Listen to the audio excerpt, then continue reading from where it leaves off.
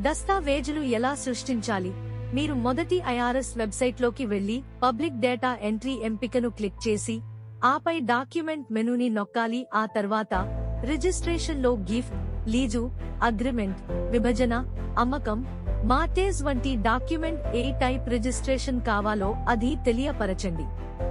ఆ తర్వాత sub register office ఎంచుకోవాలి. ఆ తర్వాత భూమి విలువ తెలియపరచాలి. తర్వాత వ్యక్తిగత ఎంపిక పెట్టాలి. ప్రభుత్వ అధికారి అయితే ప్రభుత్వ సంస్థ అని పెట్టాలి. ఆ తర్వాత దాత పేరు మరియు పూర్తి వివరాలను పేర్కొనండి చేసి సమర్పించండి. 500 రూపాయి రిజిస్ట్రేషన్ ఫీజు కట్టాలి. దస్తావేజులు పూర్తి అయ్యాక స్లాట్ బుక్ చేసుకోవాలి మీకు కావాల్సిన తేదీలో. అప్పుడు రిజిస్ట్రేషన్ సులభం అవుతుంది.